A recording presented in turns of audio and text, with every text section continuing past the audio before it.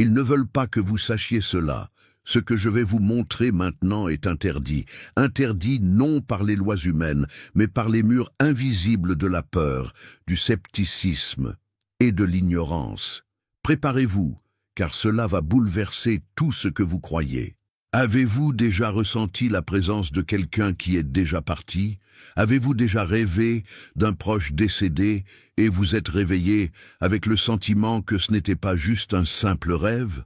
Et si je vous disais que les morts nous entendent, qu'ils sont plus proches que vous ne l'imaginez, et que votre souffrance ici-bas pourrait affecter leur voyage de l'autre côté? Oui, c'est la vérité que les sceptiques et les matérialistes essaient d'enterrer chaque jour. Ils se moquent, ne croient pas, déforment, parce qu'ils savent que si vous vous réveillez, vous ne serez plus facilement contrôlé.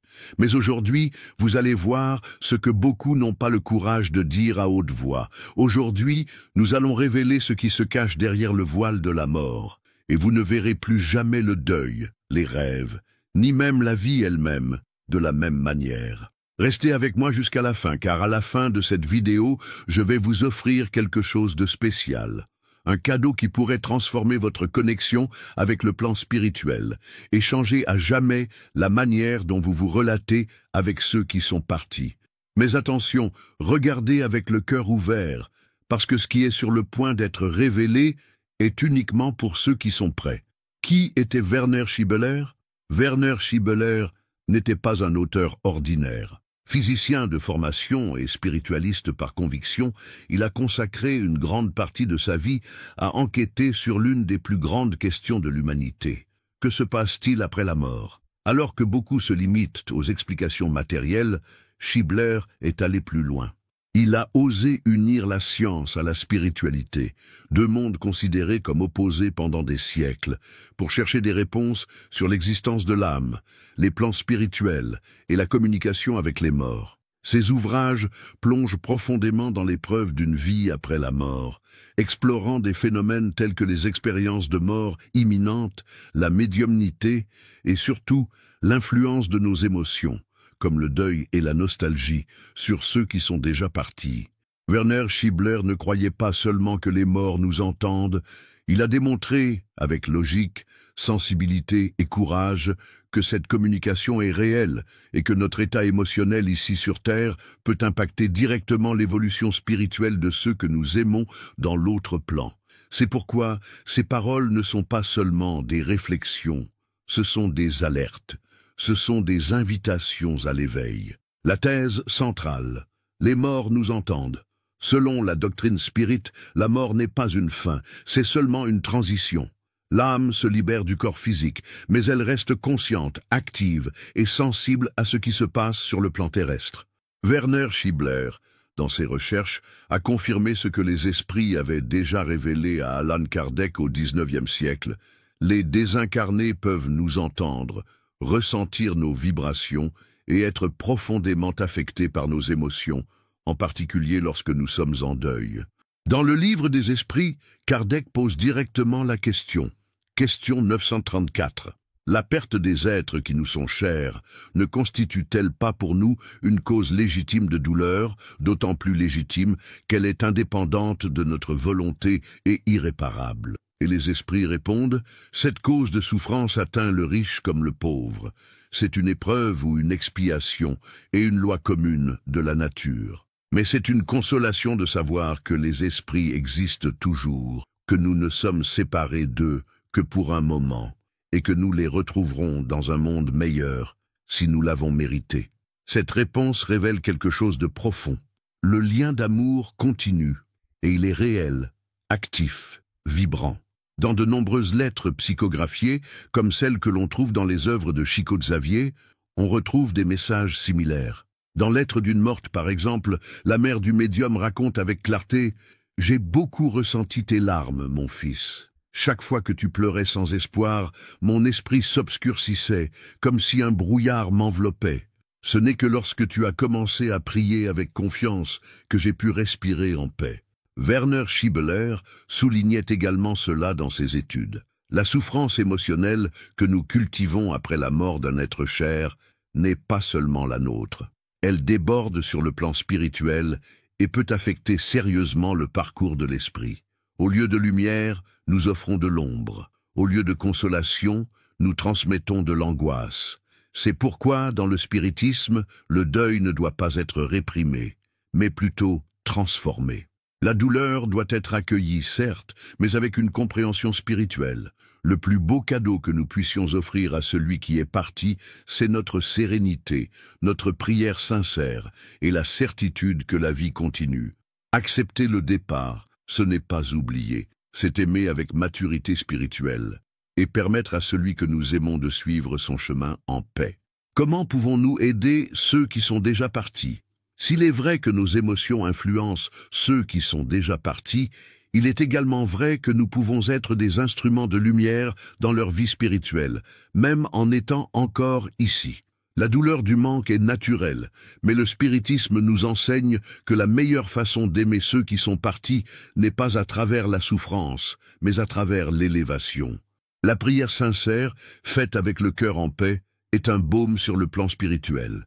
Lorsque nous prions avec foi, avec amour et sans désespoir, nos pensées leur parviennent comme des ondes de lumière, apaisant, fortifiant et bien souvent guidant l'esprit, qui peut encore être en transition. Allan Kardec, dans l'Évangile selon le spiritisme, nous rappelle « La prière est une invocation. Par elle, l'homme entre, par la pensée, en communication avec l'être auquel il s'adresse. » Autrement dit, la prière n'est pas seulement une consolation pour ceux qui restent, c'est un pont réel entre les deux mondes. De plus, cultiver la gratitude à la place de la douleur est un geste noble d'amour. Au lieu de penser uniquement à l'absence, pensez à ce qui a été vécu. Remerciez pour les souvenirs, les apprentissages, les rires et les moments partagés. Émettre de bonnes énergies est un autre acte de charité spirituelle. Chaque fois que vous mentalisez la lumière, la paix et le progrès pour cet être cher, vous aidez son âme à se libérer, à trouver des chemins plus élevés, à se reconnecter à sa propre mission dans le plan spirituel. Et plus encore, gardez la mémoire vivante, oui, mais avec sérénité. Souvenez-vous avec tendresse, parlez avec respect, célébrez la vie de la personne avec la paix dans le cœur. Évitez les lamentations excessives, elles pèsent. Mais le souvenir illuminé, rempli d'amour et d'acceptation, se transforme en carburant spirituel pour que cet être cher continue à évoluer. L'amour ne s'arrête pas avec la mort, il change simplement de forme. Et s'il y a bien quelque chose que les esprits nous demandent, c'est de transformer notre douleur en lumière, pour eux et pour nous. Signe que les désincarnés nous envoient. Vous êtes-vous déjà senti touché par une présence que vous ne pouvez pas expliquer?